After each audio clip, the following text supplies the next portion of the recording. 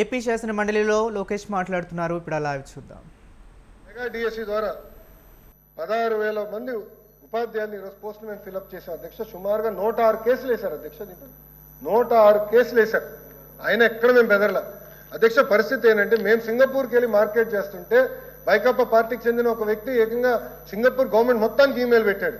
ఏం పెట్టాడంటే ప్రభుత్వం మారిపోతుంది ఆంధ్ర రాష్ట్రంలో, తొందరగా త్వరలో మీరు అక్కడ పెట్టుబడులు పెట్టొద్దని పెట్టాడు. మేమేళ అక్కడ బతుములాడి రిలేషన్ సరి చేసుకోవాలంటే ఇట్లా ఈమెయిల్స్ పెట్టేస్తారు అధ్యక్ష ప్రతిపక్ష పార్టీకి చెందిన వాళ్ళు. ఇదంతా నేను వాళ్ళు కూడా ఒకసారి ఆలోచించాలి అధ్యక్ష.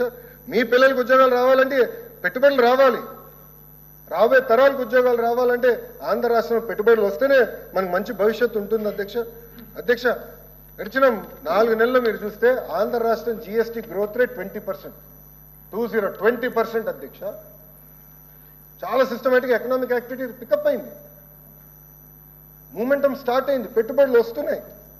ఎకనామిక్ ఇంజిన్ కష్టపడి మేము రివైవ్ చేశాం అని మేము 20%తో ఆనందపడట్లా, ఇంకా చేయాలి. మా లక్ష్యం $2.4 ట్రిలియన్ ఎకానమీ చేయాలని అధ్యక్ష. దానికోసం 15% గ్రోత్ రేట్ రావాలి. 10-11%తో మేము ఎవరూ సంతోషపడట్లా. గౌరవ ముఖ్యమంత్రి గారి దగ్గర నుంచి, ఉప ముఖ్యమంత్రి గారి దగ్గర నుంచి మంత్రులు కానీ ఎవరు మేము సంతోషపడలేదు. 15% చేయాలి, దానికి ఎట్ట చేయాలని అహర్నిశలు మేము కష్టపడుతున్నాం అధ్యక్ష. అధ్యక్ష జిఎస్టీ గ్రోత్ రేట్లు ఈరోజు తమిళనాడు నంబర్ 1. వాళ్ళు చూసినా అసూయపడుతున్నారు. అది వాళ్ళు నంబర్ 1 మనం దాటెత్తే వెళ్తున్నారు. ఇంకేం చేయాలి, ఇంకెలా చేస్తే బాగుంటుంది, ఎలా ముందరికి వెళ్తే బాగుంటుందని మేము అందరం కూడా డిస్కస్ చేస్తున్నాం. మంత్రులు అందరం మేము మాట్లాడుతున్నాం అధ్యక్ష. బ్రేక్ఫాస్ట్లో కూర్చున్నప్పుడు కూడా డిస్కస్ చేస్తున్నాం అధ్యక్ష. అధ్యక్ష ఆంధ్ర రాష్ట్రంలో డబుల్ ఇంజిన్ సర్కార్ ఉంది కనుక ఇవన్నీ చేయగలుగుతున్నాం అధ్యక్ష.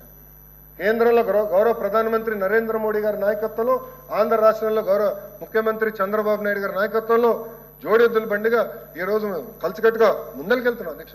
చాలా అద్భుతమైన ఫలితాలు వస్తున్నాయి అధ్యక్ష. దానికి ఒక ఉదాహరణ విశాఖ స్టీల్ ప్లాంట్ అధ్యక్ష.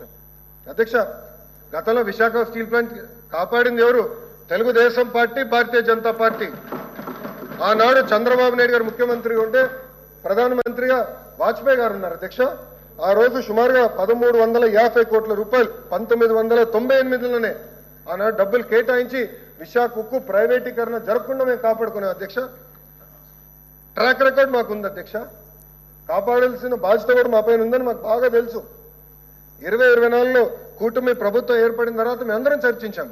నేనే స్వయంగా విశాఖపట్నంలో ఎమ్మెల్యేలతో మీటింగ్ పెట్టుకున్నాం, ఎంపీ గారితో కూడా కూర్చున్నాం, బీజేపీ నాయకులతో కూడా మేము మాట్లాడాం. ఏం చేస్తే బాగుంటుంది, ఎలా చేస్తే బాగుంటుంది.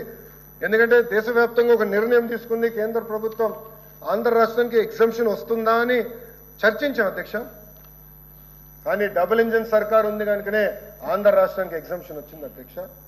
ఈరోజు కేంద్ర ప్రభుత్వం ముందలకు వచ్చి మీరు చూస్తే దాదాపు 11,500 కోట్ల రూపాయలు ఇచ్చి విశాఖ ఉక్కు ప్రైవేటీకరణ జరగకుండా కాపాడుకుంది